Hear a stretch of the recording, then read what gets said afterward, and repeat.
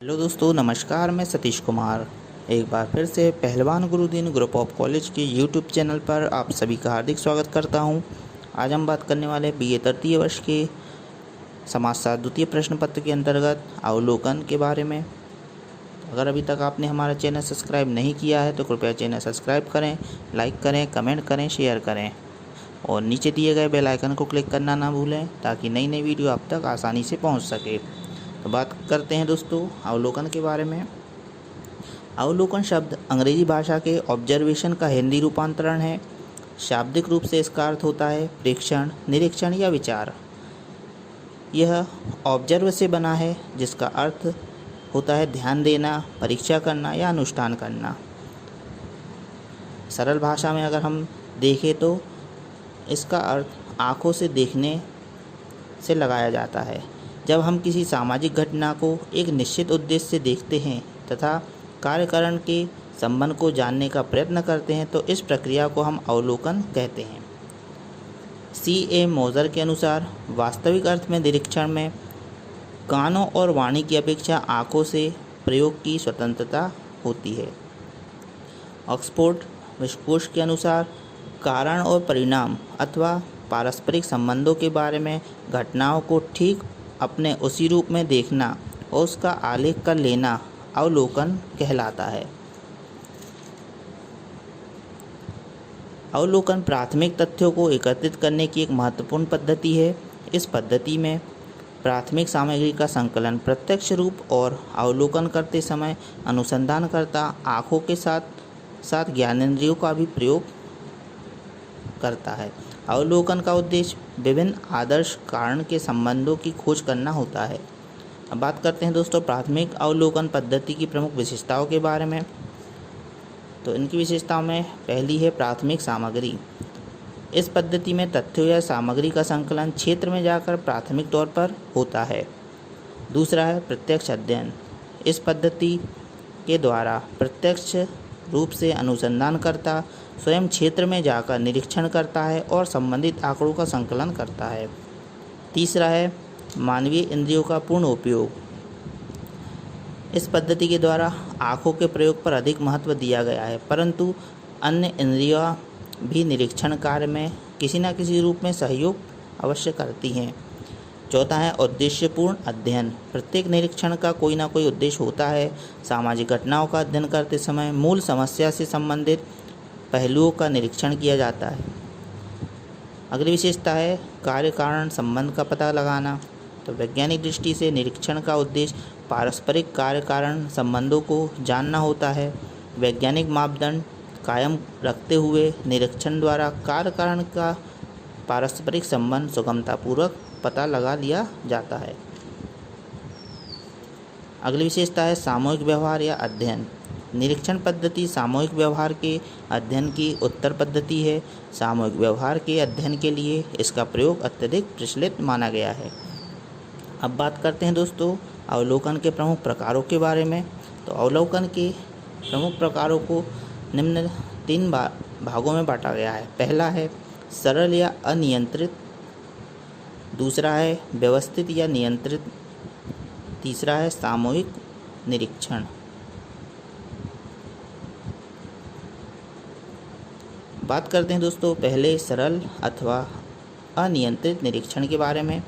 तो अनियंत्रित निरीक्षण में अनुसंधानकर्ता व घटना पर किसी प्रकार का नियंत्रण नहीं रहता और यह पूर्णतः अप्रतिबंधित निरीक्षण होता है। पी.वी. यंग के अनुसार अनियंत्रित परीक्षणों में हम वास्तविक जीवन की परिस्थितियों की सावधानीपूर्वक परीक्षा करते हैं और ऐसा करने में यथार्थ की यंत्रों से प्रयोग अथवा निरीक्षण की घटना की शुद्धता की जांच का कोई प्रयास नहीं किया जाता। इस प्रकार पी.वी. यंग ने कहा है कि अनियंत्रित निरीक्षण में सामाजिक घटनाओं का स्वतंत्रतापूर्वक निरीक्षण किया जाता है और निरीक्षणकर्ता द्वारा निरीक्षित घटना की परख नहीं की जाती। सामाजिक घटनाओं व संबंधों के बारे में अधिकतर ज्ञान अनियंत्रित निरीक्षण द्वारा प्राप्त किया जाता है। इस संदर्भ में गोडे एवं हार्ट ने ठीक ही लिखा है। सामाजिक संबंधों के बारे में अधिकांश ज्ञान व्यक्तियों को नियंत्रित निरीक्षण द्वारा प्राप्त होता है, चाहे निरीक्षण का यह रूप सहभागी हो या असहभागी। अनियंत्रित निरीक्षण को भी कुछ भागों में बांटा गया है। इसके अंतर्गत पहला है सहभागी निरीक्षण। सहभागी निरीक्षण वह निरीक्षण होता है जिसमें निरीक्षणकर्ता अध्ययन किए जाने वाले समूह में जाकर रहने लगता है, घुल मिल जाता है, समूह के सभी क्रियाकलापों में समूह के सदस्यों की भांति ही भाग लेता है और साथ साथ सामाजिक संबंधों का निरीक्षण भी करता है। गुडे एवं हार्ट ने सहभागी निरीक्षण को परिभाषित करते हुए लिखा है कि इस कार्यप्रणाली का प्रयोग तब किया जाता है जबकि अनुसंधानकर्ता अपने को समूह के सदस्य के रूप में स्वीकार होने योग्य बना लेता है। इससे स्पष्ट होता है कि सहभागी निरीक्षण में अनुसंधानकर्ता या निरीक्षणकर्ता को समूह के सदस्यों से प्राथमिक, अनौपचारिक व घनिष्ठ संबंध स्थापित करने होते हैं। इस स्थिति की प्राप्ति पर ही उसके द्वारा सामाजिक घटनाओं व संबंधों का निरीक्षण किया जाता है। पीवी यंग के अनुसार सामान्यतः अनियंत्रित अवलोकन का प्रयोग करने वाला सहभागी अवलोकनकर्ता उस समूह के उस जीवन में रहता है अथवा भाग लेता है जिसका कि वह अध्ययन करता है। गुडे एवं हार्ट का कहना है कि समाज वैज्ञानिक को सहभागी निरीक्षणकर्ता के रूप में समूह के अन्य व्यक्तियों द्वारा की गई एक जैसी क्रियाओं में भाग नहीं लेना चाहिए, बल्कि उसे इस प्रकार कार्य करना चाहिए ताकि मूल उद्देश्य का भी पता न चल सके और यह कार्य व भूमिका सामान्य रूप से समूह के सदस्यों को बिना उद्देश्य बताए सामाजिक संबंधों का निरीक्षण करने पर बल देता है। लेकिन इसके विपरीत कुछ भारतीय समाजशास्त्रियों का विचार है कि निरीक्षणकर्ता को समूह के सामने निरीक्षण का सही उद्देश्य बता देना चाहिए ताकि बिना किसी संदेह के निरीक्षण कार्य में सफलता मिल सके। अब बात करते हैं दोस्तों सहभागी निरीक्षण के प्रमुख लाभ और गुणों के बारे में। तो इसके अंतर्गत पहला है विस्तृत सूचनाएं।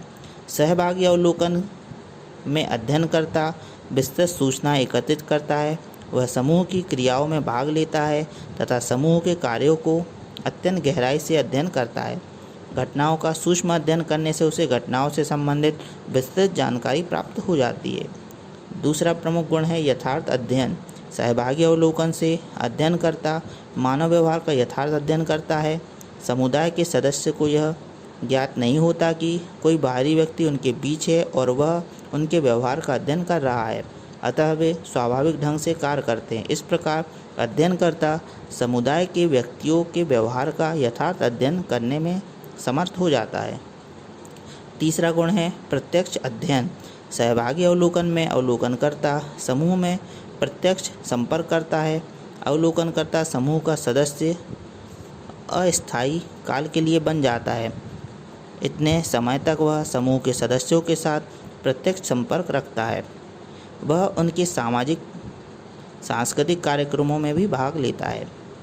चौथा गुण है सरल अध्ययन। सहभागी अवलोकन विधि एक सरल अध्ययन विधि कहलाती है। इस विधि से समूह का अध्ययन करने में सरलता मिलती है। शोध करने वाला व्यक्ति समूह के बीच रहता है, उसे सूचना एकत्रित करने में कोई असुविधा नहीं होती। समूह के सदस्यों को उसकी उपस्थिति का ज्ञान नहीं होता, अतः अध्ययन में किसी प्रकार की बाधा उत्पन्न नहीं होती। पांचवा गुण है वैज्ञानिक अध्ययन। सहभागी अवलोकन में अवलोकनकर्ता समूह के सदस्यों में प्रभावित नहीं होता, वह उनके कार्यों का तटस्थ होकर अध्ययन करता है। इस प्रकार वह समूह के व्यक्तियों से प्रभावित न होकर वैज्ञानिक निष्कर्ष प्रस्तुत करता है। अब बात करते हैं दोस्तों सहभागी निरीक्षण के प्रमुख दोषों के बारे में। तो इसके अंतर्गत पहला है वैश्विकता का अभाव। सहभागी अवलोकन में वैश्विकता का अभाव पाया जाता है। अध्ययनकर्ता समुदाय का सदस्य होता है, वह उनके सुख दुख में भाग लेता है, उसे सदस्यों के साथ सहानुभूति हो जाती है। इस दशा में वह अध्ययन करता है तो उसमें अभिमति उत्पन्न होना स्वाभाविक हो जाता है। अभिमति वैश्विकता को नष्ट कर देती है। दूसरा दोष है सीमित क्षेत्र का अध्ययन। अनुसंधान कार्य में विस्तृत क्षेत्र में सहभागी अवलोकन का प्रयोग नहीं किया जा सकता। अवलोकनकर्ता के लिए विस्तृत समुदाय में भाग लेना संभव नहीं होता है, अतः वह एक सीमित क्षेत्र का चयन करता है। उस क्षेत्र में निवासियों से वह प्रत्यक्ष संबंध स्थापित करता है, उनके व्यवहार का अध्ययन करता है। इस प्रकार वह एक सीमित क्षेत्र का ही अध्ययन कर पाता है। विस्तृत भौगोलिक क्षेत्र के लिए यह पद्धति उपयुक्त नहीं मानी जाती। तीसरा दोष है खर्चीली पद्धति। सहभागी अवलोकन विधि एक खर्चीली विधि है। अवलोकनकर्ता जिस क्षेत्र का अध्ययन करता है वहां जाकर वह स्वयं रहता है। ऐसा करने के लिए उसे धन की आवश्यकता पड़ती है। इस प्रकार वह एक खर्चीली पद्धति हो जाती है। अगला दोष है अधिक समय की आवश्यकता। सहभागी अवलोकन में अधिक समय की आवश्यकता पड़ती है। मानव व्यवहार का अध्ययन 2 या 4 दिन में नहीं किया जा सकता। उसके अध्ययन के लिए काफ़ी समय और धैर्य की आवश्यकता होती है। इसका उदाहरण जॉन हावर्ड द्वारा सहभागी अवलोकन के लिए जेल में अपना संपूर्ण जीवन व्यतीत करना है। 5वां दोष है पूर्व सहभागिता असंभव। इस विधि का एक दोष यह है कि इसमें पूर्व सहभागिता संभव नहीं है। व्यावहारिक दृष्टि से व्यक्ति का समूह के साथ संपूर्ण विलय करना अत्यंत दुष्कर कार्य है। जैसे बेकारियों पर अध्ययन करते समय बेकारी हो जाना हर एक के लिए संभव नहीं है।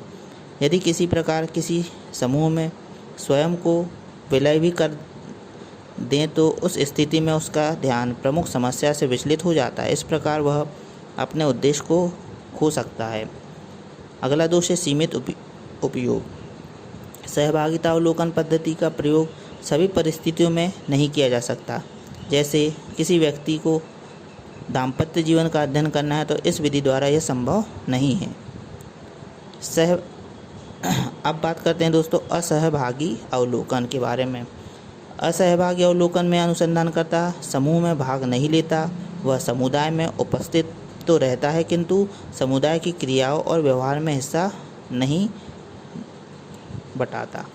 समुदाय क्रियाओं में भाग न लेते हुए भी उसकी गहराई में जाने का प्रयास करता है। इस प्रकार वह समुदाय का निष्पक्ष और स्वतंत्र अध्ययन करता है। असहभागी अवलोकन की प्रमुख विशेषताओं को भी जान लेते हैं। इसमें अवलोकनकर्ता तटस्थ दर्शक की भांति समुदाय की घटनाओं की परीक्षा करता है। इस अवलोकन में वह अपनी इंद्रियों का प्रयोग करता है, समुदाय के बाहरी स्वरूप का अध्ययन करता है। अत्यंत सावधानी और सतर्कता रखी जाती है।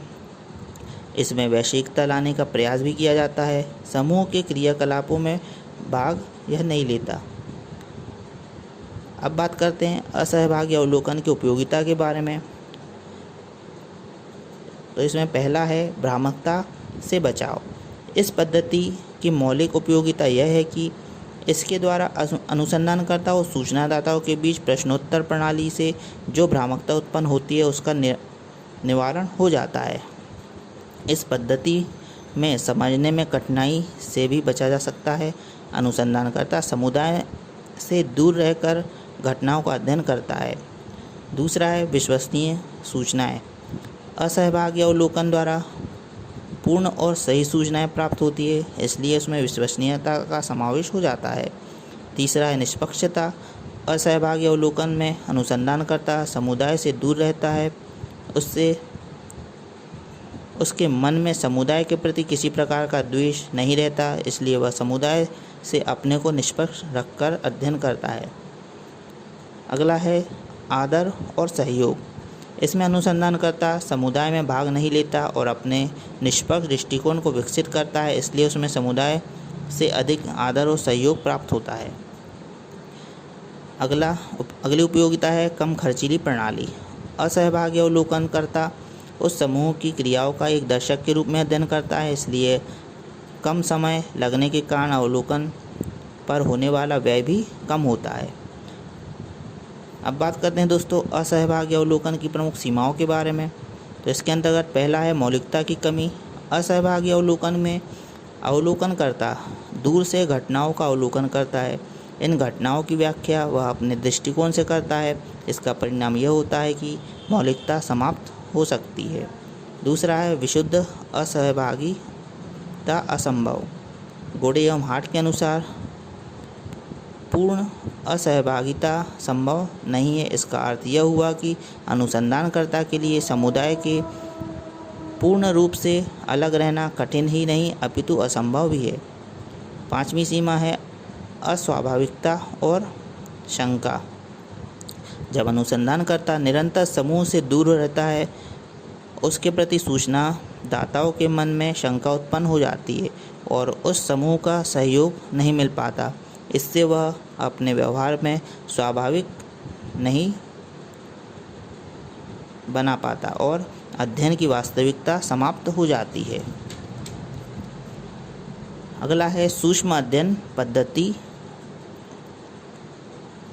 अनुसंधानकर्ता जब किसी समुदाय से पृथक होकर वह समुदाय का अध्ययन करता है तो उसमें वास्तविकता का अभाव पाया जाता है। समूह की सूचना क्रियाओं में भाग न लेने के कारण अनुसंधानकर्ता के लिए समूह अध्ययन करना संभव नहीं हो पाता। अब बात करते हैं दोस्तों अर्ध सहभागी अवलोकन के बारे में। सरल या अनियंत्रित के तीसरे रूप को अर्ध सहभागी अवलोकन के नाम से जाना जाता है। इसमें अनुसंधानकर्ता को ना तो पूर्ण रूप से भाग लेने का और ना ही पूरी तरह से उससे अलग रहने की संभावना होती है। इन दोनों माध्यमों से पूर्ण अध्ययन करने में कठिनाई होती है। इसके विपरीत तीसरी साधन यह है कि कुछ परिस्थितियों में समुदाय के जीवन में भाग लिया जाए और कुछ में भाग ना लिया जाए। इस पद्धति को अर्ध सहगामी अवलोकन के नाम से जाना जाता है। समाज इतना जटिल है कि उसका अध्ययन ना तो हम उसमें भाग लेकर ही कर सकते हैं और ना उससे पृथक होकर।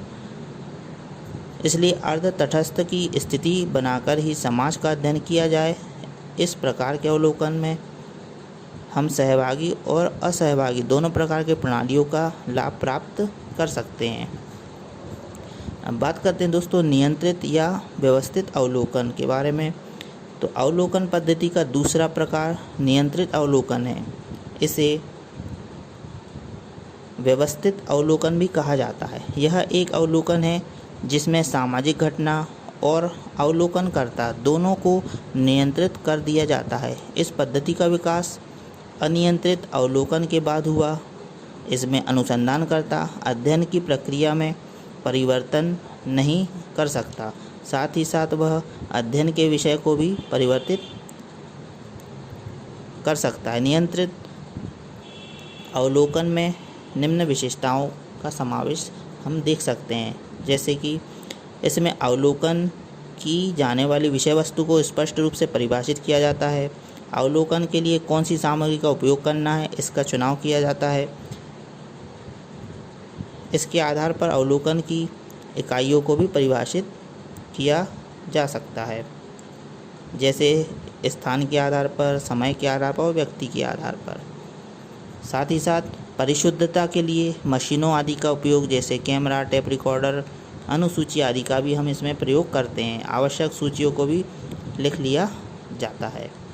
अब बात करते हैं दोस्तों नियंत्रित या व्यवस्थित अवलोकन के प्रकारों के बारे में। तो इसके अंतर्गत पहला है घटना और नियंत्रण। नियंत्रित अवलोकन का पहला प्रकार वह है कि जिसमें घटना पर नियंत्रण किया जाता है। इसे सामाजिक प्रयोग की पद्धति के रूप में भी जाना जा सकता है। जिस प्रकार भौतिक शास्त्री अपनी घटनाओं का प्रयोग प्रयोगशाला में करते हैं, ठीक उसी प्रकार समाजशास्त्री द्वारा भी सामाजिक घटनाओं को एक निश्चित दशा में रखकर उनका अध्ययन किया जाता है। इसके अनुसार सामाजिक घटनाएं कृत्रिम रूप से घटित हो जाती है और उनका प्रयोग किया जाता है। यद्यपि पूरी तरह से घटनाओं पर नियंत्रण रखना और उनका प्रयोग करना कठिन है, फिर भी इस और समाजशास्त्री प्रयत्नशील है। इसमें सामाजिक घटना को नियंत्रित किया जाता है। अवलोकन नियंत्रण से परे रहता है। दूसरा है अवलोकनकर्ता पर नियंत्रण। नियंत्रित अवलोकन का दूसरा प्रकार वह है कि जिसमें सामाजिक घटनाओं के अवलोकनकर्ता पर नियंत्रण रखा जाता है। सामाजिक घटनाओं की प्रकृति इस प्रकार की है कि उस पर नियंत्रण रखना अत्यंत कठिन है। ऐसी स्थिति में अवलोकनकर्ता पर ही नियंत्रण रखा जाता है। वह नियंत्रण इसलिए रखा जाता है कि अवलोकनकर्ता समुदाय के अभाव में आकर पक्षपात न करे। अवलोकनकर्ता पर निम्न साधनों के द्वारा नियंत्रण लगाया जाता है। अवलोकनकर्ता की विस्तृत योजना बनाकर एक क्षेत्र के बारे में विस्तृत नोट तैयार करके अनुसूची और प्रश्नावली का प्रयोग करके यह निश्चित करके कि समुदाय में कितने और किस प्रकार के फ़ोटो लिए जाएंगे। मानचित्र का प्रयोग करके सामाजिक अनुसंधान में समाजमिति के पैमानों का प्रयोग करके जिससे सामाजिक जीवन के विभिन्न कारकों की माप की जा सके। इसके अतिरिक्त डायरी, कैमरा, सिनेमा, फिल्म आदि का प्रयोग करके। अब बात करते हैं सामूहिक अवलोकन के बारे में। इस पद्धति के अनुसार किसी भी सामाजिक घटना या अवलोकन अनेक अनुसंधानकर्ता करते हैं और अपने लिखित सामग्री को इस संबंध में केंद्रीय स्थान को भेजते हैं, जहां सभी अनुसंधानकर्ता के द्वारा भेजी गई सामग्री का तुलनात्मक विश्लेषण किया जाता है। विभिन्नता के होने पर पुनः अवलोकन किया जाता है और उपयुक्त कारकों की खोज की जाती है। सामाजिक अनुसंधान में अवलोकन पद्धति की महत्वपूर्ण उपयोगिता है। इस पद्धति में 3 प्रकार से अवलोकन किया जाता है: अनियंत्रित, नियंत्रित और सामूहिक अवलोकन। इन तीनों का अध्ययन विषय की प्रकृति के अनुसार जो विधि अधिक उपयुक्त लगे उसी का प्रयोग इसमें किया जाता है। अवलोकन पद्धति में यह कहना अनुचित न होगा कि सामाजिक अध्ययनों की सफलता हेतु अवलोकन पद्धति ही सर्वश्रेष्ठ एवं महत्वपूर्ण है। इस पद्धति के बिना कोई भी सामाजिक अध्ययन अधूरा ही रह जाता है। अतः अवलोकन पद्धति सामाजिक अनुसंधान की कुंजी है। अब बात करते हैं दोस्तों अवलोकन के महत्व और गुणों या लाभों के बारे में। तो सामाजिक अनुसंधान में अवलोकन की प्रवृत्ति का अत्यधिक महत्वपूर्ण स्थान है। इस विधि में गुणों अथवा लाभों को हम बता सकते हैं इसके अंतर्गत, जैसे यह सरल विधि है। अवलोकन की प्रविधि तथ्यों के संग्रह करने की अन्य विधियों जैसे साक्षात्कार आदि से सरल है। इसमें अधिक कौशल की आवश्यकता नहीं होती। अनुसंधानकर्ता थोड़े से प्रशिक्षण से योग्य अवलोकनकर्ता की भूमिका अदा कर सकता है। दूसरा है उपकल्पना के निर्माण में सहायक। उपकल्पना के निर्माण करने का मुख्य स्रोत अवलोकन है। सामाजिक अनुसंधान अपने चारों ओर तीनों लोगों की क्रियाओं का अवलोकन करता है। इस प्रकार समय समय पर बिना किसी पूर्व योजना के अवलोकन करने में भी अनेक नए नए तथ्य प्रकाश में आते हैं जो उपकल्पना के निर्माण में सहायक होते हैं। अगला है अधिक यथार्थता। अन्य विधियों की अपेक्षा इस विधि द्वारा एकत्रित सामग्री अधिक यथार्थ होती है। अवलोकन की प्रविधियों में अनुसंधानकर्ता को इकाई द्वारा प्रदान की गई सूचना पर अंधविश्वास करना नहीं पड़ता, क्योंकि यह उनका अवलोकन स्वयं कर सकता है। अतः साक्षात्कार अथवा व्यक्तिगत अध्ययन द्वारा एकत्रित सामग्री की अपेक्षा अवलोकन द्वारा प्राप्त सामग्री अधिक वैध और विश्वसनीय मानी जाती है। चौथा है अधिक समझाने योग्य परिणाम। जब सूचना अन्य व्यक्तियों द्वारा एकत्रित की जाती है तो उनकी वैधता के विषय में संदेह बना रहता है, लेकिन अवलोकन की प्रविधि में अनुसंधानकर्ता घटनाओं का स्वयं अवलोकन करता है, इसलिए उसकी सत्यता के विषय में उसे संदेह नहीं होता। अतः यह आत्मविश्वास के साथ अपने निष्कर्षों को लोगों की सम्मुख रख सकता है और उन्हें समझा सकता है। अगला है सर्वप्रचलित विधि। अवलोकन की प्रविधि सभी विज्ञानों में प्रचलित है। जब साक्षात्कार या व्यक्तिगत अध्ययन विधियों केवल सामाजिक विज्ञानों में प्रचलित है, सर्वप्रचलित विधि होने के कारण यह अधिक परिमार्जित कहलाती है। अब बात करते हैं दोस्तों अवलोकन प्रविधि की प्रमुख दोषों के बारे में। तो इसके अंतर्गत पहला है व्यक्तिगत जीवन का अवलोकन संभव नहीं। अवलोकन प्रविधि की पहली कमी यह है कि बहुत सी घटनाएं जो विशेषतः व्यक्तिगत होती है, उनके निरीक्षण के लिए संबंधित व्यक्ति राजी नहीं होते, अतः उनमें अवलोकन की अनुसंधानकर्ता को अवसर ही नहीं मिलता। दूसरा है अवलोकनकर्ता की अनुपस्थिति। अवलोकन प्रविधि की दूसरी कठिनाई सामाजिक घटना की अनिश्चितता है। यह निश्चित नहीं होता कि घटना कब किस समय घटेगी। यदि संबंधित व्यक्ति अपनी क्रियाओं या घटनाओं के अवलोकन की अनुमति दे भी दे तो यह संभव हो सकता है कि जब घटनाएं घटित हो तो अवलोकनकर्ता उस समय स्थान पर उपस्थित ही ना हो। अगला है अवलोकन की असंभावना। बहुत सी सामाजिक घटनाएं अमूर्त होती है, जैसे भावनाएं, प्रतिक्रियाएं, उद्वेग आदि। इन अमूर्त सामाजिक तथ्यों का अवलोकन संभव नहीं होता, अतः इन तथ्यों का अध्ययन अवलोकन प्रविधि द्वारा नहीं किया जा सकता। अगला है जागरूकता। अवलोकन प्रविधि की यह प्रमुख कमी है कि अध्ययन किए जाने वाले समूह के लोग अवलोकन के प्रति जागरूक हो जाते हैं। इस जागरण के कारण उनके व्यवहार की स्वाभाविकता समाप्त हो जाती है। अगला है अवलोकन की निजी पक्षपातपूर्ण धारणा। अनुसंधानकर्ता स्वयं समाज का एक अंग होता है, वह एक विशिष्ट संस्कृति में पला होता है। इसके निजी दृष्टिकोण, विचार, भावनाएं आदि होते हैं, अतः वह तटस्थ रूप से अवलोकन करने में समर्थ नहीं होता। इस प्रकार की स्थिति में अवलोकन